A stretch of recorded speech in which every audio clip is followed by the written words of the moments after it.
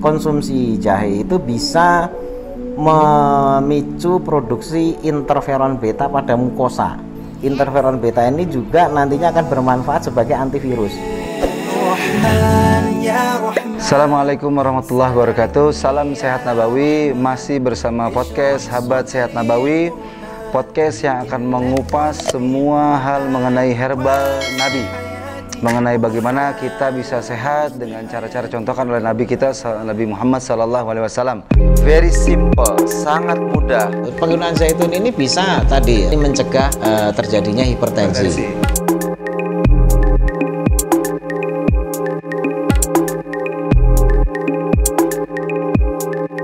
Semakin bagus takwanya, semakin bagus imannya, insya Allah Allah mudahkan. Habatus sauda ya, nanti akan banyak ada.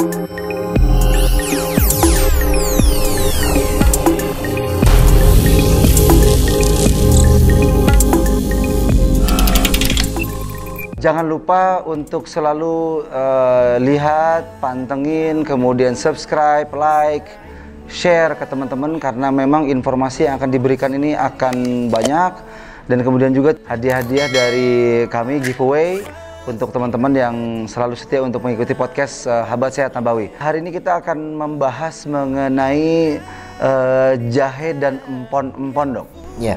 Ya, tentunya viral beberapa bulan yang lalu ketika masa awal pandemi, bahwa salah satu yang bisa untuk meningkatkan daya tahan tubuh adalah jahe dan empon-empon. Tentunya ada kunyit, ada serai gitu ya.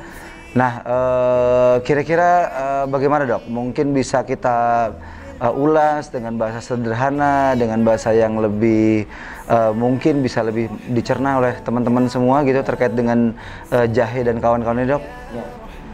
Ya, sempat memang kita melawan virus COVID-19 ini seruannya dengan menggunakan empon-empon, karena memang ini herbal asli tanah air kita gitu kan, dan mudah dijumpai, yang dulu biasa kita sebut sebagai apotek hidup.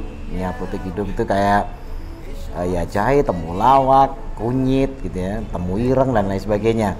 Nah, itu termasuk tanaman apotek hidup atau biasa kita sebut sebagai empon-empon. Nah, yang kita mungkin fokus kita bahas di sini adalah jahe ya. Jahe merah, dok ya. Sebenarnya ya itu satu varian aja, tapi sebenarnya ya? masih masuk ke kategori jahe. Jahe atau bahasa Inggrisnya ginger, atau kalau bahasa apa namanya latinnya zingiberis ya, officinale gitu ya. Kemudian kalau di bahasa Arab itu zanjabil. Bahkan ini sebenarnya walaupun kita klaim tanaman asli kita gitu ya, tapi dalam bahasa Arab pun dikenal zanjabil gitu ya. Dan disebutnya itu justru ketika membahas minuman ahli surga. Nah, minuman ahli surga disebut zanjabil, mata airnya itu zanjabil. Ulama menyebutkan itu itu jahe gitu kan. Artinya tadi disebutkan kita bahas di Bun Nabawi kok jahe gitu ya, karena memang jahe juga bagian dari sesuatu yang disebut oleh Al-Quran. Nah, menariknya adalah minuman ini memang dikenal ya, kita juga nggak terlalu asing ya dengan minuman ini. Ada beberapa komponen yang memang kenapa ini dianjurkan, karena memang bermanfaat buat kesehatan. Salah satu contohnya komponen yang disebut gingerol. Gingerol ini mengandung manfaat sebagai antiinflamasi dan juga antioksidan. Nah, ini antiinflamasi, kita tahu kan inflamasi itu kan reaksi peradangan, salah satunya ditandai dengan nyeri, demam, panas dan sebagainya. Makanya tidak heran kalau beberapa jenis jahe itu kan digunakan sebagai anti nyeri. Ya, seperti misal untuk rematik, walaupun kenalnya mungkin pakai jahe merah, misalnya katanya jahe merah katanya untuk nyeri-nyeri artritis atau pengapuran dan sebagainya, itu ya memang karena mengandung antiinflamasi. Kemudian juga dalam jahe ini terkandung zat yang namanya kurkumin. Nah, kurkumin ini juga merupakan ya dalam beberapa riset terakhir dikatakan bisa mencegah terjadinya badai sitokin atau cytokine storm, yang dalam kasus corona itulah yang menjadi penyebab kematian. Jadi ketika virus corona masuk, mulai menginfeksi, tubuh melawan ya, perlawanan tubuh inilah yang kemudian memicu badai sitokin atau cytokine storm, badai sitokin inilah yang kemudian akhirnya justru merusak organ tubuh kita, paru-paru, ginjal dan lain sebagainya, yang menyebabkan kematian pada kasus COVID-19. Nah, kandungan kurkumin pada jahe ini diyakini bisa mencegah badai sitokin tersebut. Ini salah satu manfaat, makanya kenapa seruan pohon-pohon itu seperti itu, untuk mengkonsumsi karena adanya kandungan yang bernama kurkumin. Tapi itu berarti untuk ketika sudah terkena, Dok. Tapi kalau untuk preventifnya?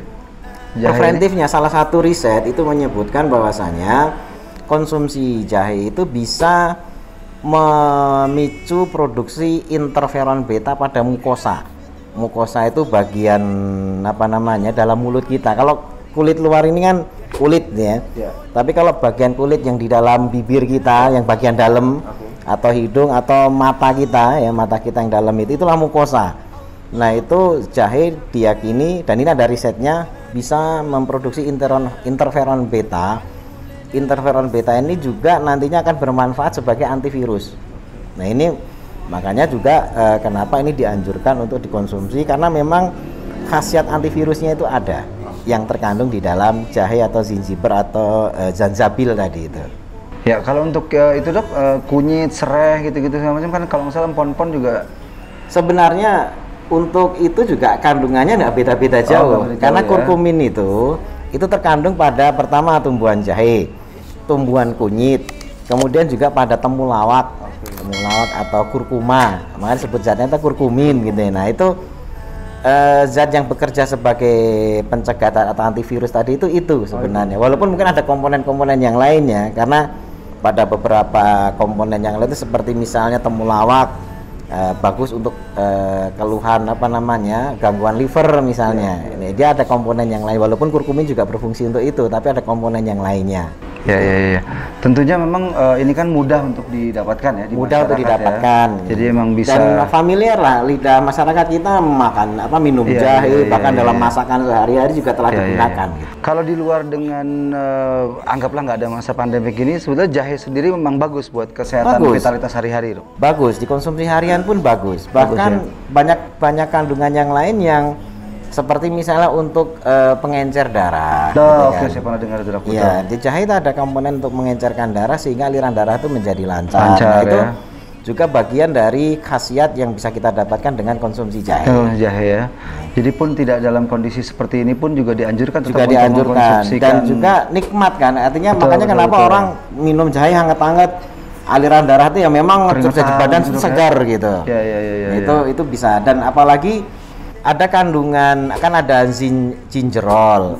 Kemudian ada yang di dalamnya itu ada manfaat selain tadi itu antiinflamasi, antioksidan, juga anti mual. Anti mual ya. Makanya kan kalau ada gangguan kram perut yang melilit atau mual misalnya, pakai jahe.